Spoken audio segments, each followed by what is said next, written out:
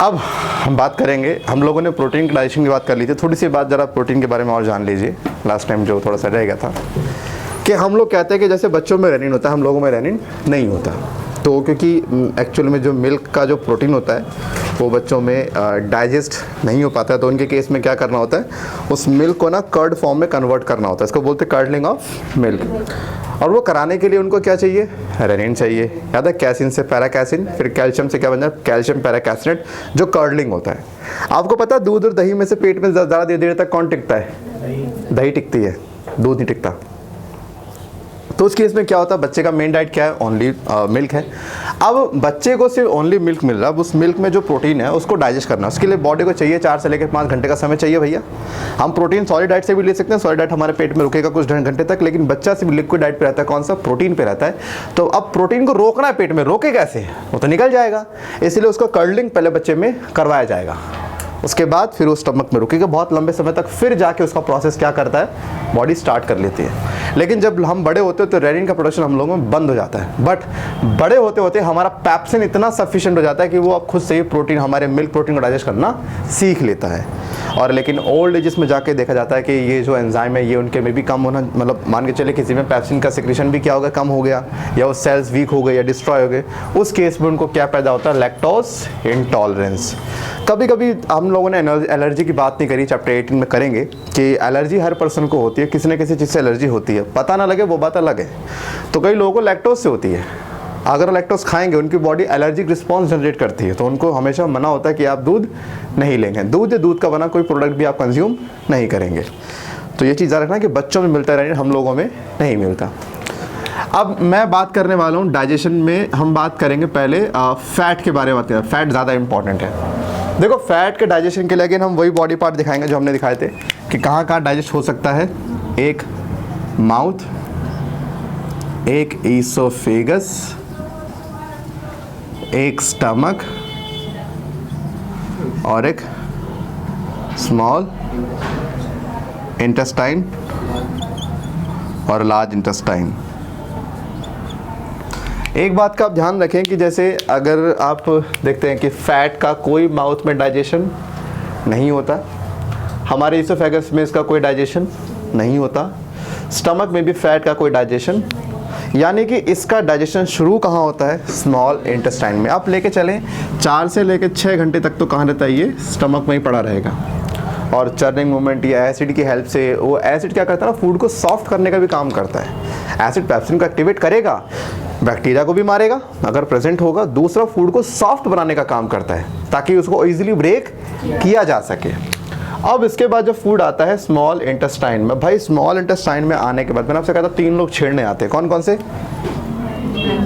माने bile juice,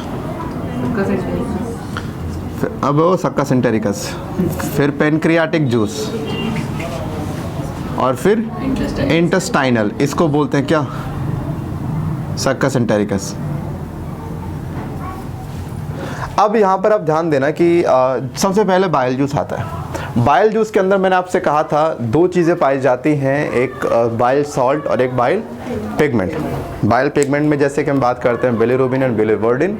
वर्डिस का मतलब ग्रीन होता है, क्या होता है, ग्रीन होता है, और रूबिन यहाँ पे कैसा आएगा, येलो कलर का आता है। तो ये 2 तरह का पिगमेंट होता है इनके अंदर। बट इनके पास आपको पता है जैसे फैट आता है तो फैट में सबसे पहले हम किसको लेके चलेंगे, बाइल जूस क्या काम करने वाला है। तो अभी हम देख रहे हैं स्मॉल इंटेस्टाइन में जैसे ही फैट आएगा उसके बाद बाइल जूस अपना काम कैसे करता है वो पढ़ने वाले हैं। जब हम बाइल जूस का काम पढ़ लेंगे फिर किसके बारे में पढ़ेंगे, पेनक्रियास कैसे काम कर रहा है, फिर पढ़ेंगे लास्ट में इंटेस्टाइन। बट इंटेस्टाइन के बाद किसी को उस पर काम करने की ज़रूरत नहीं पड़ती, ये आप याद रखना।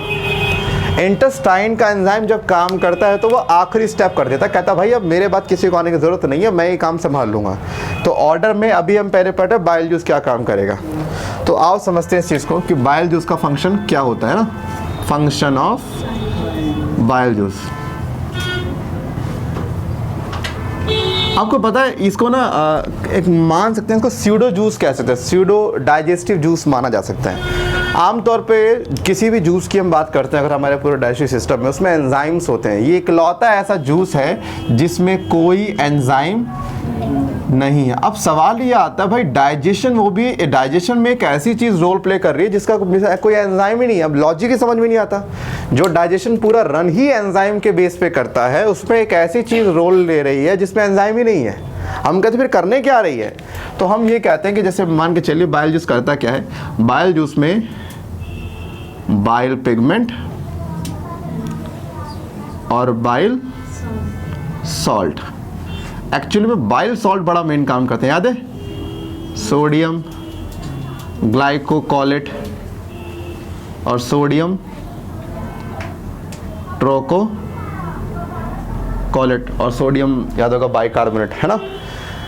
जो सोडियम के बाकी अदर जो बाइकार्बोनेट आयन होते हैं, ये क्या करते हैं? ये तो इसको बेसिसिटी माने एल्कलाइन नेचर दे देंगे बाइल जूस को। और ऐसा इसलिए करते हैं ताकि भैया जैसे ये रहा ड्यूडनम, ये रहा तुम्हारा पेनक्रियास, ठीक है, मैंने दिखा रहा बीच में हेपाटो वगैरह, वो तुम दिखा देना। ये जब रिलीज़ करता है अपना जूस, तो उसके बाद क्या होता है, सॉरी मतलब यहाँ के थ्रू आएगा ना बाइल जूस, इसके थ्रू आएगा। तो बाइल जूस जब इसके थ्रू इसमें एंटर करता है, तो जो फूड है वो काइम है। काइम क्या होता है? Acidic in nature. और उसके बाद उस एसिडिक नेचर को न्यूट्रलाइज करना होता है। तो जो बाइल जूस होता है वो न्यूट्रलाइज करता है उसको पहले। पैनकेटिक भी बेसिक, लेकिन वो तो नहीं आएगा ना, कौन आ रहा है पहले? बाइल आएगा, तो पहले बाइल करेगा न्यूट्रलाइज।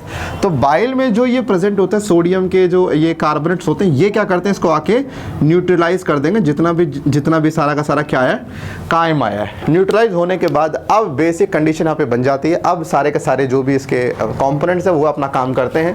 सोडियम ग्लाइकोकोलेट ट्रोकोकोलेट का काम सुनना क्या होता है? जैसे आपको पता है fats are the triglycerides. Triglycerides क्या होते हैं? फैट, देखो अगर मैं बोलूं, फैट दो चीज़ से मिलकर बनता है। एक होता है फैटी एसिड और एक होता है ग्लिसरॉल। आप ये मान लीजिए फैट बनता है किससे? 3 फैटी एसिड और एक ग्लिसरॉल से। तो जब 3 फैटी एसिड एक ग्लिसरॉल से जुड़ते हैं तब उस पूरे स्ट्रक्चर का नाम होता है ट्राइग्लिसराइड, और उसी को हम क्या बोलते हैं? फैट। कभी भी आप ये मत बोलना कि सर फैट का मतलब ग्लिसरॉल फैटी एसिड, गलत। आप बोलो सर फैट का मतलब 3 फैटी एसिड और एक ग्लिसरॉल, क्योंकि अगर 2 फैटी एसिड और एक ग्लिसरॉल हुआ तो डाइग्लिसराइड हुआ ना। और अगर एक ग्लिसरॉल और एक फैटी एसिड तो मोनोग्लिसराइड। ना तो मोनोग्लिसराइड फैट होते हैं, ना ही डाइग्लिसराइड फैट होते हैं। फैट होते हैं हमेशा ट्राइग्लिसराइड। तो कायदे से मैं क्या दिखा रहा हूं कि लेट सपोज यहां पर एक बहुत बड़ा फैट आया जिसमें ढेर सारे इस तरह से,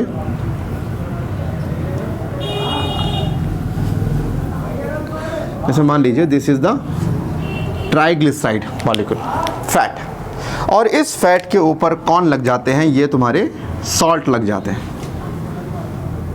सॉल्ट लगने से क्या होता है? सॉल्ट लगने की वजह से ये जो फैट है, जो ट्राइग्लिसराइड है, ये छोटे छोटे टुकड़ों में टूट जाता है।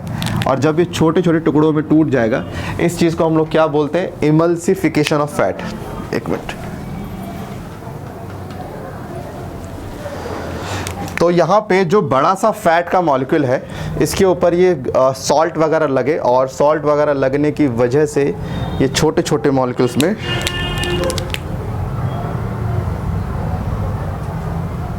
टूट गया।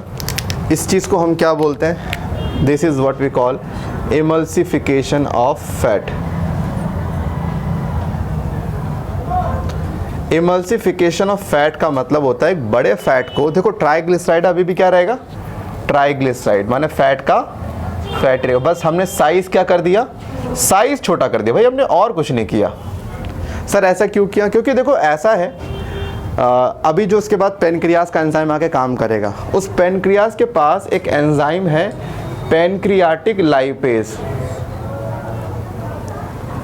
और आप ये मान के चलिए कि जैसे एक बच्चा होता है, बच्चा बड़ी रोटी नहीं खा सकता कि भाई उसका मुंह उतना बड़ा ही नहीं है, तो मम्मी उसकी क्या करती है? छोटी रोटी को टुकड़ों में तोड़ दे, बेटा तू ये खा ले, ये तो आसानी से खा सकता है। इसी तरह से ये जो लाइपेज एंजाइम है, ये लाइपेज एंजाइम इस पे ज़्यादा एक्ट नहीं कर सकता, क्योंकि एक बड़े मॉलिक्यूल का सरफेस एरिया क्या होता है? कम। अब कहो सर ऐसा कैसे? बड़े का तो बड़ा सरफेस एरिया होता है। तो मैंने क्या बोला? सरफेस एरिया हमेशा वॉल्यूम के करस्पॉन्डिंग होता है। बड़ी चीज़ का जितना बड़ा वॉल्यूम होता है वो उसके हिसाब से उतना सरफेस नेचर के कांटेक्ट में नहीं रखती, और छोटी चीज़ का जितना वॉल्यूम होता है वो उससे ज़्यादा वो अपना सरफेस एरिया नेचर के कांटेक्ट में रख देती है। तो इस वजह से हम बोलते हैं कि इसके पास सरफेस एरिया क्या हो गया? कम हो गया। सरफेस एरिया कम होने की वजह से इस पे जो पेनक्रियाटिक लाइपेज है वो कम एक्ट करेंगे। कम एक्ट करने की वजह से इसका ब्रेकडाउन भी ठीक से नहीं हो सकता। इसीलिए क्या होता है कि पहले जैसे बोलते हैं कि बाइल जूस का एक काम होता है एक्टिवेशन ऑफ पेनक्रियाटिक लाइपेज। पहला तो ये काम करेगा, एक्टिवेट कर देगा। दूसरा, फैट को छोटे छोटे टुकड़ों में तोड़ देगा, और तोड़ने की वजह से यहाँ पर क्या होगा, इस पे अच्छे से कौन काम कर सकेंगे। अब पेन नहीं, लाइपेज नहीं, पेनक्रियाटिक लाइपेज बोलो भाई। एक्चुअली में स्टमक भी लाइपेज रिलीज करता है, लेकिन बहुत थोड़ा सा, ना के बराबर। इसको बोलते हैं गैस्ट्रिक लाइपेज, बट वो एक्ट नहीं करता वहाँ इतना। हाँ, तो लेकिन रेयर अमाउंट में होता है। मेन कहाँ आता है, स्मॉल इंटेस्टाइन में आता है। कौन, पेनक्रियास का होता है। और पेनक्रियास को एक्टिवेशन किससे मिल जाता है, बाइल जूस से मिल जाता है। फिर वो क्या करेगा, बाइल जूस एक तो तोड़ देगा टुकड़ों में, इससे सरफेस एरिया बढ़ेगा। अब हर एक के ऊपर जब पेनक्रियाटिक लाइपेज काम करता है फिर ये ब्रेक होना शुरू होते हैं। माने कायदे से मान लीजिए अब इनके ऊपर कौन काम करेगा, पेनक्रियाटिक लाइपेज। और जब ये काम करता है तो ये क्या करेगा, ये इनको तोड़ता है छोटे छोटे टुकड़ों में। टुकड़ों में कैसे, ट्राइग्लिसराइड है, ये ट्राइग्लिसराइड को तोड़ देगा मोनोग्लिसराइड और डाइग्लिसराइड में। अगेन ये फैट नहीं है भैया, फैट तो ट्राइग्लिसराइड होता है, लेकिन अभी पूरे टूटे भी नहीं है। मैंने कहा था कोई चीज़ जब टूट जाती है कंप्लीट जिससे बनी है तभी उसको बोलेंगे ना भाई डाइजेशन हुआ है।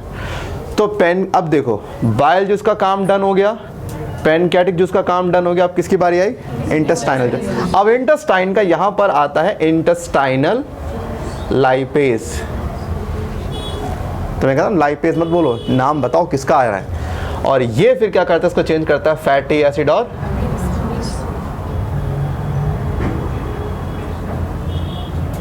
ग्लिसरॉल। अब मुद्दा ये है, ये जितना भी आप देख रहे हो फैटी से ग्लिसरॉल बना है, पता फैट का डाइजेशन हुआ, ठीक है, इसमें कोई इशू नहीं है। फैट का फायदा बताऊं, आपकी बॉडी में पड़ा होगा फैट सॉल्युबल वाइटामिन्स D-E-K-A पढ़े, और एक एक्सेप्शनली विटामिन B12 भी है ना। ये आपकी फैट सॉल्युबल वाइटामिन्स है। फैट का जब डाइजेशन होता है बॉडी, तो जब फैट को एब्जॉर्ब करती है उसी में कौन लिपट जाते हैं, वाइटामिन्स भी चिपक जाते हैं। हम भी आ गए जी। तो बॉडी इसी तरह से फैट सॉल्युबल वाइटामिन्स का एब्जॉर्प्शन करती है। फैट सॉल्युबल वाइटामिन्स को बॉडी एब्जॉर्ब करना, तो बॉडी में फैट चाहिए। प्रोटीन की डाइट लेकर सोचो वेजी में फैट सॉल्युबल वाइटामिन्स को बॉडी में खींच लूँ, आएगा ही नहीं। तो क्या बोल रहा हूँ, फैट सॉल्युबल है ना, फैट दो। तो इसीलिए फैटी चीज़ खाने का फ़ायदा क्या होता है, आपकी बॉडी में फैट सॉल्युबल वाइटामिन्स एंटर। सोचो डी आ गया, आपकी बोन्स के लिए कितना अच्छा है। ई आ गया, आपकी ब्यूटी के लिए कितना अच्छा है। सुंदरता पता किससे आती है, ई से आती है। इसको भी बोलते हैं ब्यूटी वाइटामिन। जिन भी चीज़ों में जो देखते हो खाने वाली चीज़ जिनमें बहुत खूबसूरती का दावा करते हैं, केसर में तो भर भर के होता है वाइटामिन ई। और ए आपकी आँखों के लिए, और के आपके ब्लड क्लॉटिंग के लिए। तो ये सब दैट मीन्स आपके ब्लड अच्छे से काम करें, आप अच्छा दिखें, आपकी आंखें सही से काम करें और आपकी हड्डियां स्ट्रांग हो। इसके लिए आपको फैट का कंजप्शन तो भाई ज़रूरी है, लेकिन ये बाहर की तली गली चीज़ें नहीं, ठीक है। जितने में फ्राइड फूड है ना, ये ज़्यादा दिक्कत दे देते हैं आगे चल के। तो खैर ये था फैट का डाइजेशन। अब देख लो यहाँ पे पहले बाइल जूस काम करा नहीं करा, ऑर्डर 1, पेनक्रियाटिक काम करा, लास्ट में कौन करा, और इसके बाद किसी की नीड अब पड़ती है। मैंने पहले बोलता, जब इंटेस्टाइन ने काम कर दिया फिर किसी को अपनी काम करने की ज़रूरत नहीं पड़ती। एक छोटी सी बात अब और ध्यान दें, जैसे अगर आप स्मॉल इंटेस्टाइन देखेंगे तो आपको विलाई मिलता है, हाँ कि ना। आपको विलाई के बीच में ना इस तरह से एक स्ट्रक्चर मिलता है,